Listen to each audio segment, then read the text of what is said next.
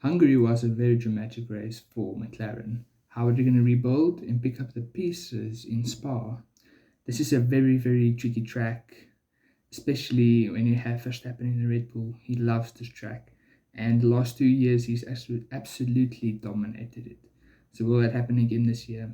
Let's find out. This is my prediction video for the Spa-Francorchamps race. If you want to see my Hungary predictions or my review and ranking of the 20 drivers, please go watch that. So yeah, Spa is going to be a very interesting race.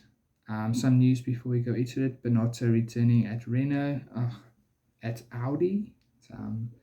That's interesting. I see Seidel is also leaving. I don't know what's happening there, but I think Binotto at the Audi team is going to be a good asset. It's not going to be the team principal or something, so that's going to be interesting. And the other news, Alpine are not going to use the Renault engine anymore. It looks like they're going to use the Mercedes engine. That's interesting. Probably a better engine, but we'll see what happens because that is a little bit weird. So in any case, that's everything. Let's get into the predictions of how the race will go. My good drive is going to be Carlos Sainz. He's been on a good roll lately.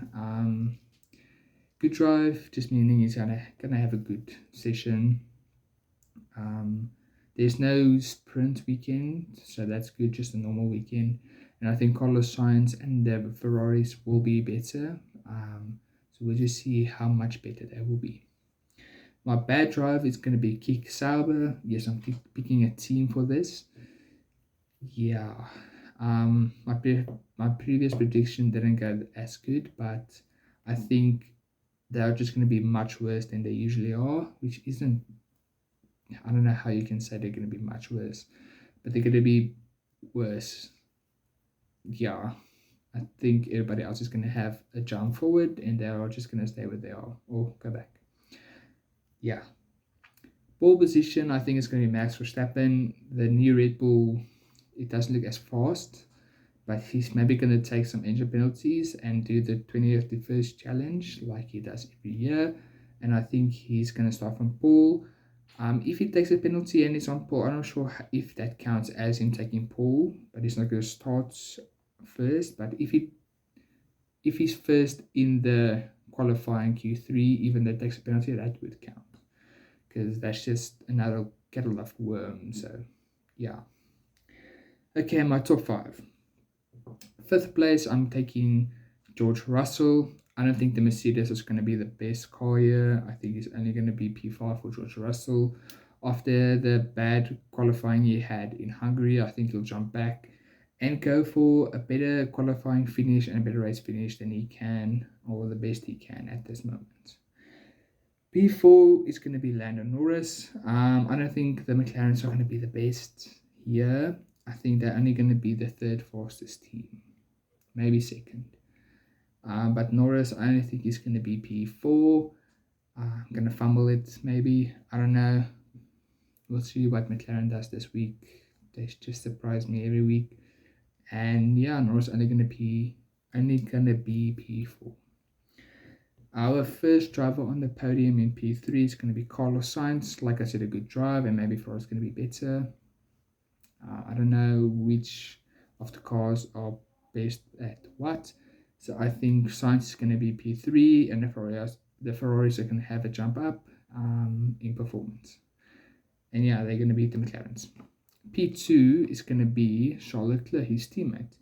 I don't think it's going to be a very close battle with number 1. But P2 is going to be Charles Leclerc, bringing it back to the podium for the first time in a while. I think Monaco was his last podium. And Ferrari's last podium, if I'm not mistaken. So he's going to be P2, and first place is going to be Max Verstappen. Yes, I only think Max Verstappen is going to be P4. Not P4, first place. He has not won a race in 3 races, so that's crazy. Don't expect that for the year, but I think he's going to dominate this race. If he takes a penalty, maybe not dominate, but if he does take a penalty, he's going to dominate, probably. We'll see if he can keep his temper up to check.